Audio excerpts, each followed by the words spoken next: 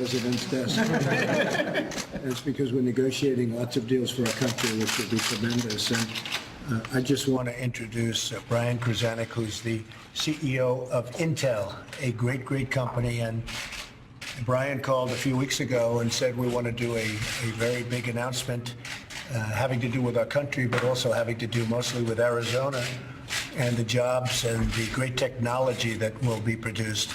So this is Brian, and Brian, why don't you say a few words and maybe also talk about the product you're going to be making. It's amazing. Yes, thank you, Mr. President, for this. It's an honor to be here today representing Intel and to be able to announce our $7 billion investment in our newest, most advanced factory, Fab 42 in Chandler, Arizona. And we'll be completing that factory to make the most advanced 7-nanometer semiconductor chips on the planet. Intel is very proud of the fact that the majority of our manufacturing is here in the U.S. and the majority of our research and development is here in the U.S. While over 80% of what we sell is sold outside of the U.S. We're consistently one of the top 5 exporters in the country and one of the top 2 research and development spenders in the United States. And we've been able to do that even while the regulatory and tax policies have disadvantaged us in the past relative to the competition we have across the world. And Fab 42 is an investment in Intel, but also the U.S.'s future in innovation and leadership in the semiconductor industry. And Fab 42 will employ approximately 3,000 direct, high-paying, high-wage, high-tech jobs at its peak, and over 10,000 people in the Arizona area in support of the factory. And this factory will produce, as I said, the most powerful computer chips on the planet, powering the best computers, the best data centers, autonomous cars. All of these devices are the most powerful computing devices on the planet. And at Intel, we have a simple saying that says, while other people predict the future, we build the future. And this factory is a great example of that. I want to thank the President for this opportunity to be here today. Well, thank you, Brian. And you have something over there that will show a little bit about the new product. This is an example of the wafer that will be built in Fab 42. This is one of our newest 10-nanometer silicon wafers. 7 nanometers will be built in Fab 42. And this is the future of computing. Fantastic. Did you have any questions for Brian? I know you have none for me, so how about Brian? Other than that, not really. What, you had to wear the same uniforms, gray uniforms. You had to write we had to write our name on our butts, but we had to write our name in the back of our shirt. But it wasn't just calisthenics. Yeah, sure. no, not while you had it on, but you had to write it on your shorts. And it had to be that special stuff that doesn't come out when you wash it. Exactly. And then you write it on the back. Evidently, there was a theft problem, people stealing shorts. All right. Hey, let's talk spandex? Tucker. No, they were just tight 1980 shorts. Larry Bird You're shorts. making a lot of news this morning, Tucker. Tucker, the New York Daily News today talks about wave of fear, talks about the immigration raids, and they're making it seem like the immigration agents are going door to door, try to take everybody back to Mexico or wherever they came from if they're in the country illegally. I want you to watch this montage of some of the hysterics on the nightly newses and then get your analysis of what's going on. Immigration raids, some communities on edge after a string of deportation raids in at least 6 states. More than 16 million people in this country live in a household with at least one undocumented immigrant. Families of undocumented immigrants say they are now living in fear. In Texas, video on social media showing a man being detained by an ICE agent in front of a fast food restaurant sends a chilling message. We're following breaking news, an enforcement surge in undocumented immigrant arrests. Targeted raids, rounding up hundreds of foreign nationals.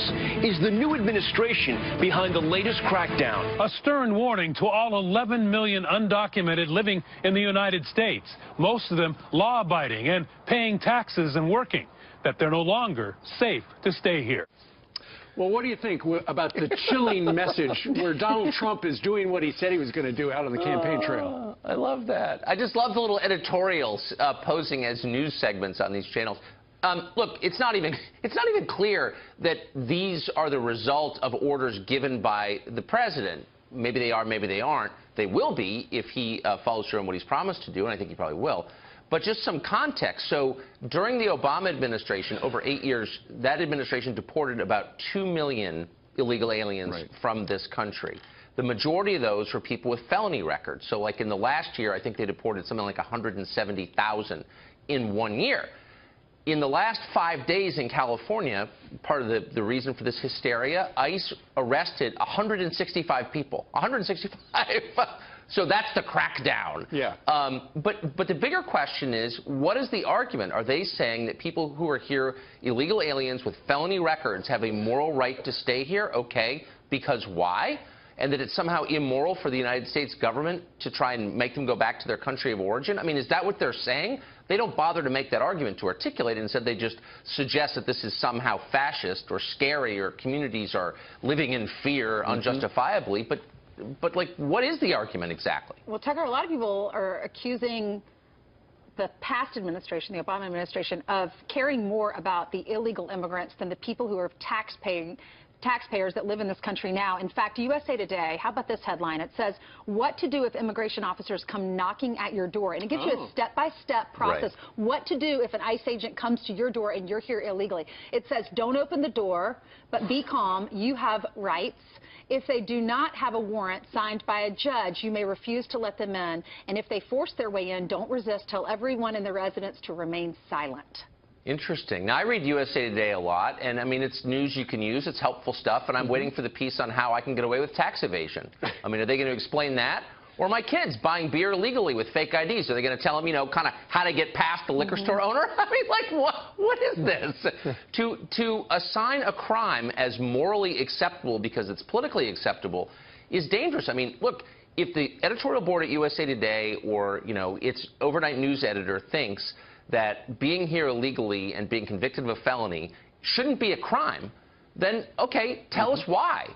But to counsel openly, like, ways to resist the law passed by Congress is a little bit weird. Well, what about the reaction to all this stuff comes into protests? I mean, we're professional protesters now. You got New York, you got Minneapolis, you got Mexico City, you have North San Francisco, you got the uproars at the Jason Chaffetz events and the Sensenbrenner events.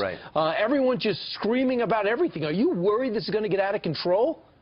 Yes, I am. And, I think, again, it's good, and this is why we have elections, and sometimes they need to shock the system. You know, you need to awaken people, reignite debates that we really should be having. What you don't want to do is break the system. So things can get out of control. I believe in protests, obviously. I believe in having the counter view. I offer up one for a living. But, if you move from a debate into things like violence, then things can spiral out of control. So, yeah, I think it's a legitimate concern. But let me just restate the obvious, which is these are deportations of people convicted of crimes, of felonies.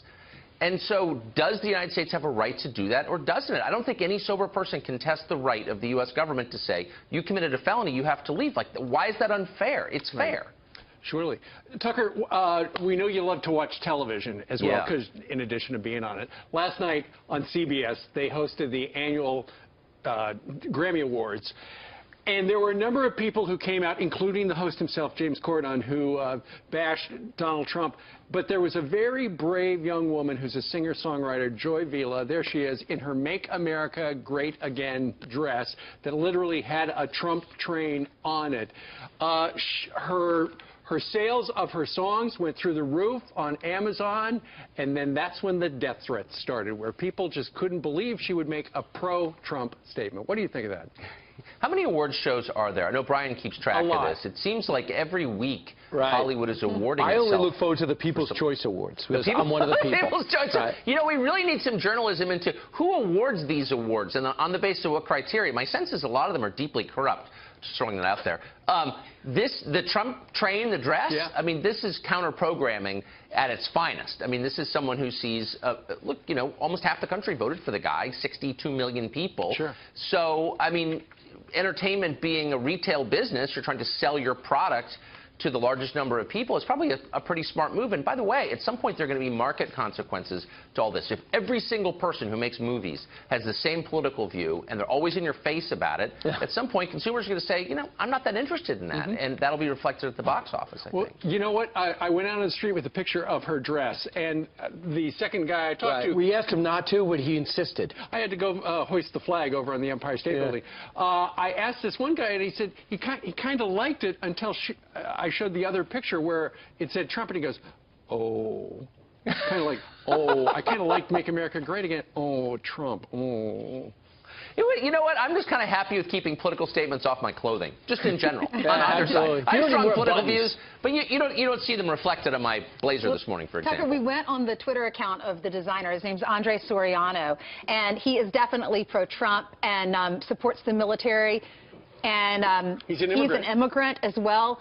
We called him up. He's going to join us at 8:30 today, so we'll get to interview him. Oh, I'm going right to my office. What do you think watch. we should ask him? I think you should say, why, you know, what have your sales been like? Why are you doing this? And by the way, you're an immigrant and a designer. Are you even allowed to have these political views? Is that legal? Right. Shouldn't you be like everybody else and join the herd and just sort of nod in a bovine way and agree with all your compatriots? Tucker, you know, I watch your show every night, and I don't see any of the cooking segment or exercise segments you love so much. Why not? Those are off camera. We do a lot. Yeah, we have a little prep station off omelets, like whatever, and then obviously